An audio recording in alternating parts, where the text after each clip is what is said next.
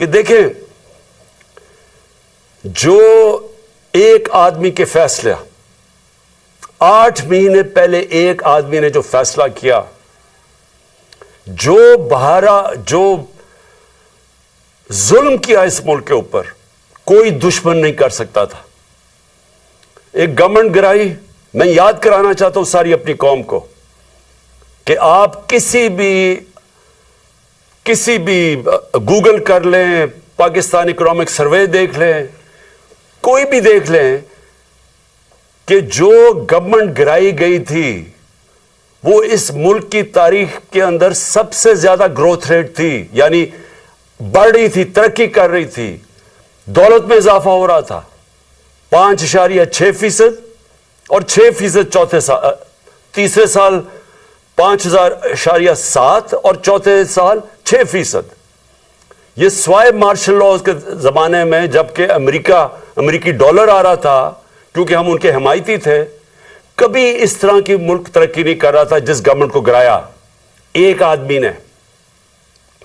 اور اس نے جو فیصلہ کیا، آج یہ قوم 8 مہینے کے بعد ہم آج ادھر کھڑے ہیں جدھر آپ کسی شعبے سے، طبقے سے پوچھ لیں، بزنس مین سے پوچھ لیں، تاجروں سے پوچھ لیں، ایکسپورٹر سے پوچھ لیں، کسانوں سے پوچھ لیں، مزدوروں سے پوچھیں، تنخواہ دار لوگوں سے پوچھ لیں، کوئی پاکستان کا طبقہ، ریل اسٹیٹ والا پوچھ لیں کہ کدھر پاکستان کھڑا تھا 8 مہینے پہلے اور کس اندھیرے کے اندر آج پاکستان جا رہا ہے. اور ہم کیوں اپنی گورنمنٹ کا سوچ رہے ہیں گرانے کا، اور کیوں ہم یہ ڈیزالو کرنے کا ہم نے کیوں فیصلہ کیا؟ کیونکہ ہمیں خوف ہے کہ اگر اس ملک میں جلدی الیکشن نہ کروائے گئے، یہ ملک جس تیزی سے تباہی کی طرف جا رہا ہے سب کے ہاتھ سے نکل جائے گا.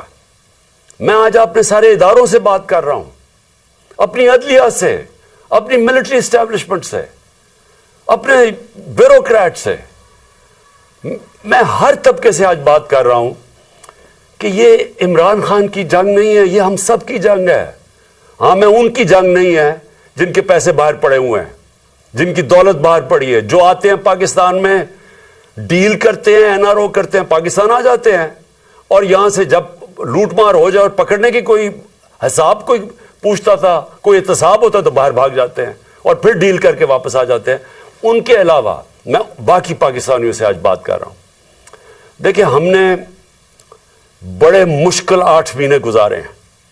میں نے اس طرح، یہ میں بار بار کہتا ہوں، جو مجھے ایک آدمی نے جس طرح کی دشمنی کی ہے ہمارے ساتھ، ایک آدمی نے جس طرح کی دشمنی کی ہے، میں سمجھتا ہوں کہ میں نے 50 سال سے قوم مجھے جانتی ہے، مجھے کبھی اس طرح کا احساس نہیں ہوا جس طرح کے ایسے کہ میں کوئی غدار ہوں ملک کا، کوئی ملک دشمن ہوں. اس طرح کی ہمارے پر اور میری پارٹی کہ ہمارا قصور کیا تھا؟ ہمارا قصور یہ تھا کہ ہمیں ہٹا کے جو چوروں کا ٹولہ ہمارے اوپر مسلط کیا گیا وہ ہم قبول نہیں کر رہے تھے، اور وہ یہ قوم قبول نہیں کر رہی تھی. واضح ہو گیا کہ قوم ساری آ کے ہمارے ساتھ کھڑی ہو گئی. ہمیں جو برا بھلا بھی کہتے تھے، جب انہوں نے ان چوروں کو دیکھا وہ قوم ہمارے ساتھ آ کے کھڑی ہو گئی. اور اس آدمی کو نظر آ رہا تھا کہ قوم ادھر آ کے کھڑی ہو گئی ہے. بائی الیکشن میں نظر آ رہا تھا، جلسوں میں نظر آ رہا تھا. جب کبھی پاکستان کی قوم اس طرح خود نہیں سڑکوں پہ نکلی جو اس باری ان 8 مہینے میں نکلی ہے، اور بار بار نکلتی گئی. ایک پیغام دے رہی تھی، ساری قوم ایک پیغام دے رہی تھی کہ ہم ان چوروں کے ٹولے کو ہم نہیں قبول کرتے، یہ امپورٹڈ حکومت نامنظور ہے. ساری قوم پیغام دے رہی تھی. اور قوم یہ بھی کہہ رہی تھی کہ دیکھیں ایک ہی طریقہ اس میں سے نکلنے کا، الیکشنز کرواؤ.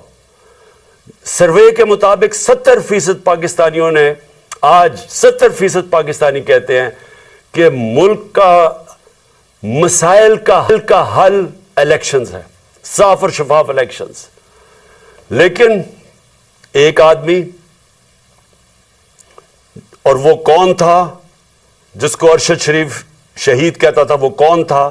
وہ ایک آدمی وہ فیصلہ کر بیٹھا تھا کہ جناب میں نے اس پارٹی کو ختم کرنا ہے، عمران خان کو ختم کرنا ہے، ڈسکوالیفائی کسی طرح کرنا ہے، کیسز کرنے ہیں، میری پارٹی کے اوپر کیسز کرنے ہیں، میرے لوگوں کے اوپر، جو شہباز گل سے کیا گیا، جو اعظم سواتی سے کیا گیا، جو جمیل فاروقی، جو ارشد شریف جیسے لوگ، جو یہ سمجھتے تھے کہ ہماری حمایتی ہیں یا وہ ہمارے لیے لکھ رہے ہیں یا ہمارے لیے بول رہے ہیں، ان سب پہ تشدد کیا گیا، سوشل میڈیا کے لوگوں کے اوپر جو کیا گیا، ظلم کیا گیا، اور پھر مجھے آخر میں پلان بنایا گیا کہ مجھے راستے سے ہٹایا جائے۔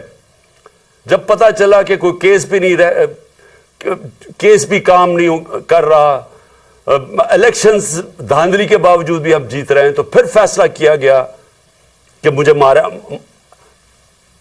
مار کے راستے سے ہٹایا جائے۔